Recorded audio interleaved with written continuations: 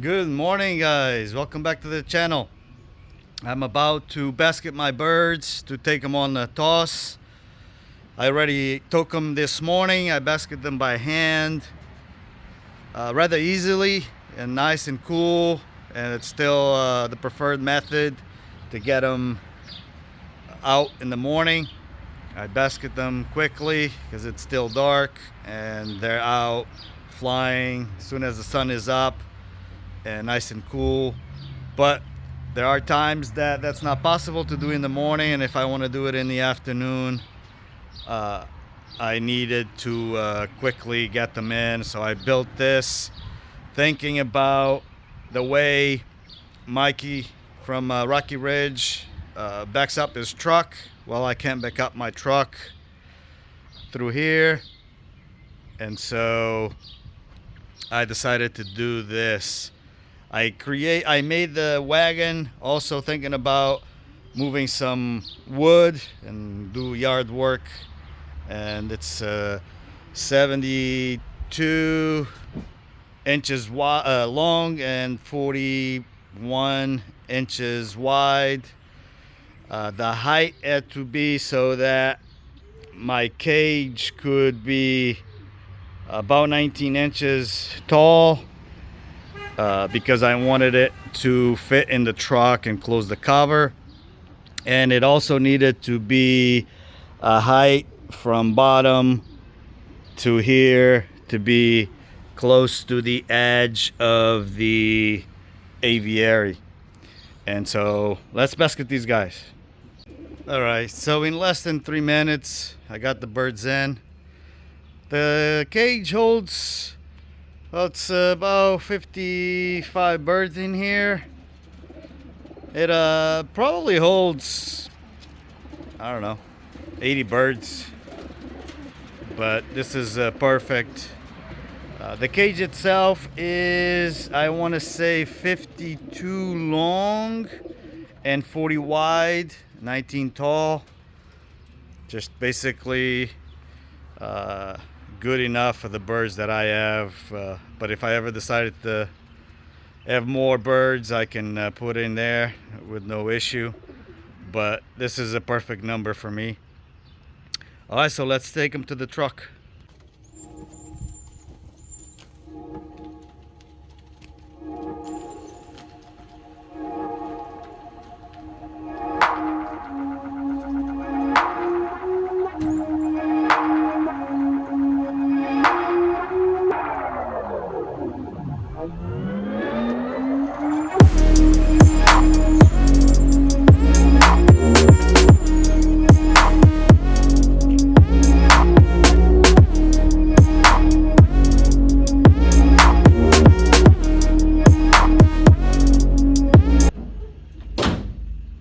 So like I said before, the height has to be just about even with the truck, and then the cage just as wide to be going between where the wheels are.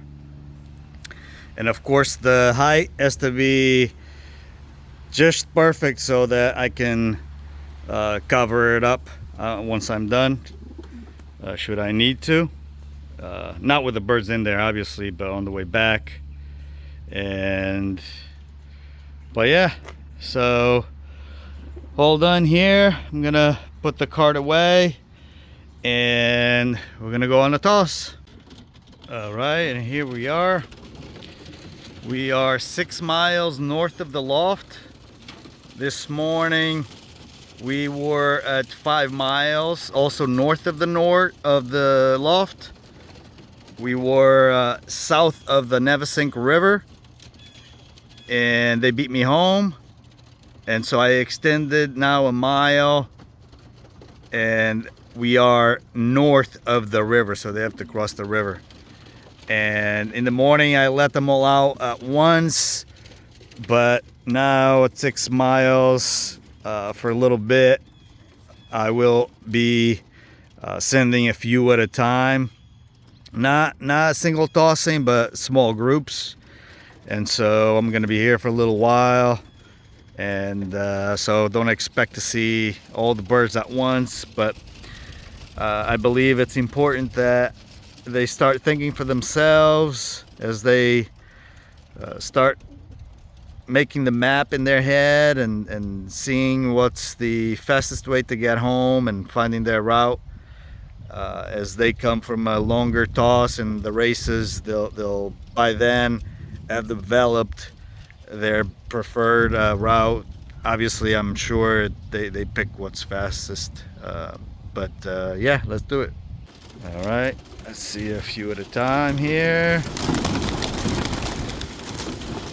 Sorry, get back. Of course, they don't want to go to the open. There's one there. There's the others. Okay, the other group is probably headed home. We're gonna let a few more go. I'm gonna open a little bit less this time.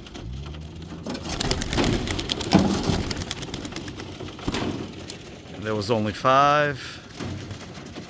And we'll do that for a little bit. Okay, last group of 6. Let's go home. Let's go home. Yeah, it's open now. Let's go.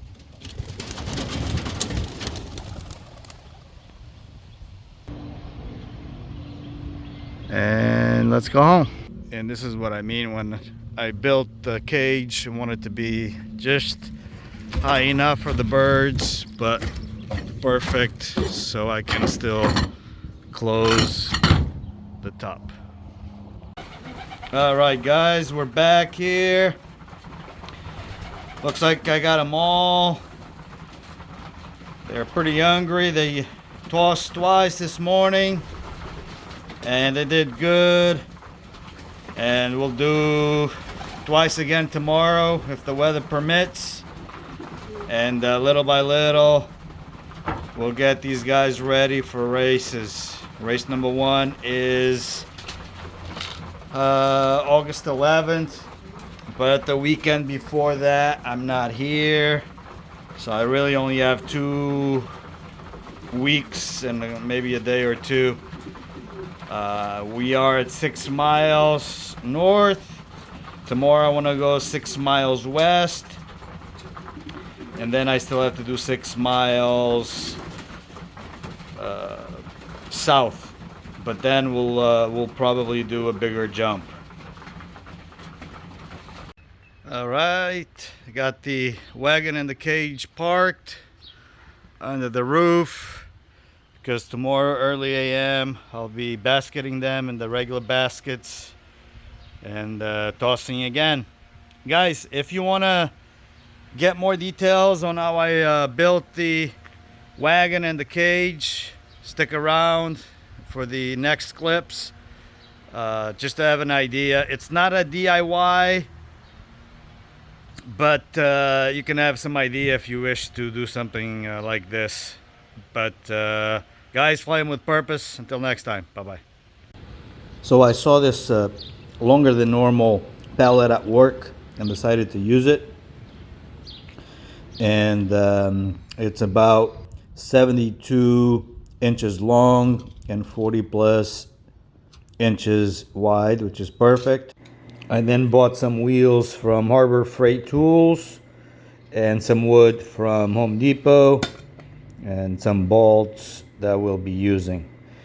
For the wheels, I didn't want to put the wheels right on the edge of the pallet itself, so I decided to use 2x1s. I think that's what's called. And I screwed them into the pallet. I also made sure the pallet was nice and secure. And then I decided to put the wheels on those on that frame. The wheel is the base is about 4 inches or more. I'm not sure. So instead of having a 2x4, I decided to do two by ones there, and I bolted them in. The ones that don't turn, the wheels are in the back. The wheels that turn are in the front.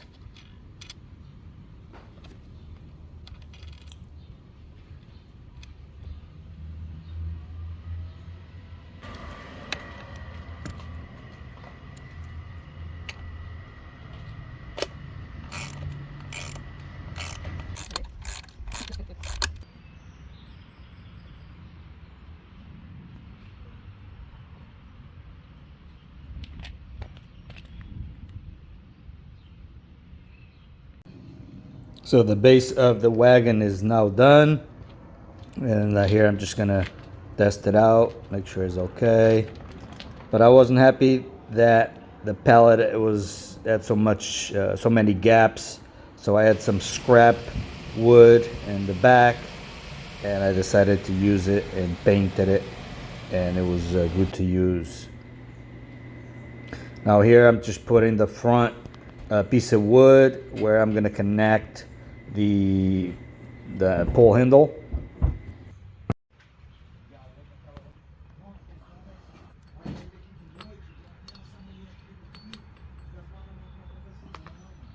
These are some steel pieces I got at Home Depot, and it will become the handle that I'll make.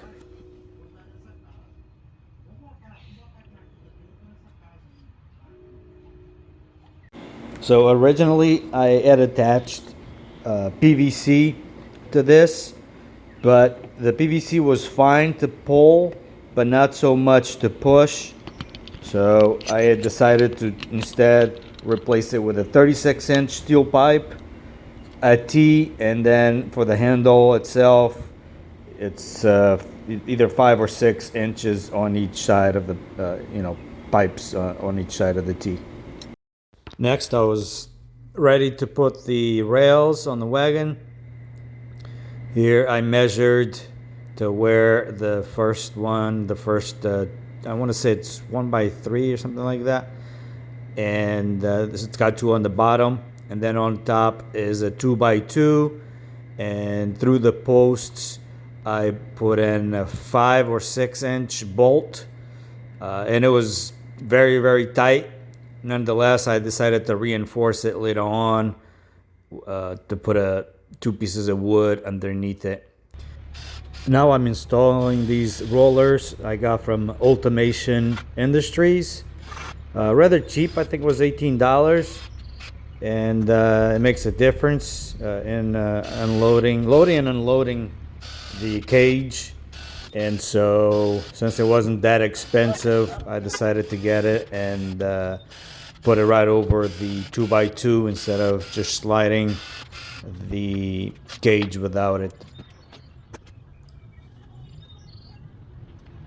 And I put one on each side, and they're just wide enough to have the cage slide, and not much else there to say.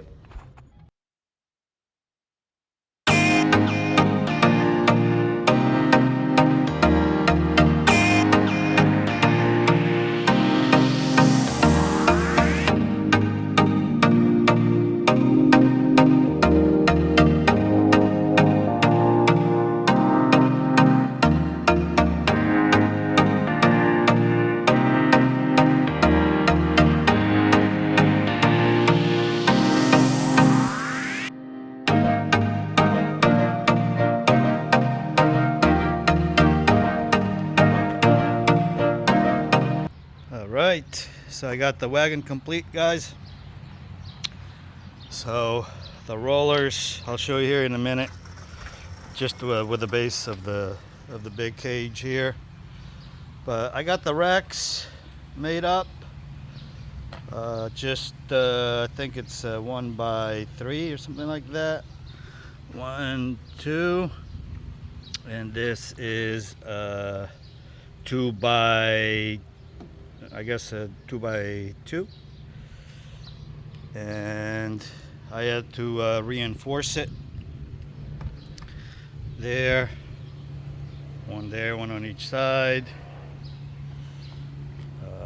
just in case, so it doesn't break. I have a big bolt going through here, but it's better to be safe than sorry.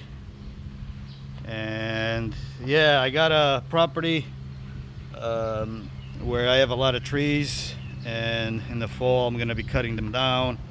So I really built the wagon thinking of that. And I was gonna put the other rack on this side, but because it's got a slight pitch downward, I decided to put it in the back. But I want to have an opening so I can, you know, move the logs into it. But let's see how it looks. So this is the base of the cage. This is the slot for the sliding doors, and it'll be nice and easy to move, and should help me load it into the truck rather easily. So now I'm just gonna have to build a cage here. I got the bottom so that I can slide a piece of wood so I can remove from each side and clean. And now I'm just gonna assemble it and put the mesh on, and we'll look at it once it's done. Well guys, the frame for the big crate or big cage is done. Got the slots here for the sliding doors up in here and down there. Got to make that next. But now it just needs the wiring mesh, and it'll be complete.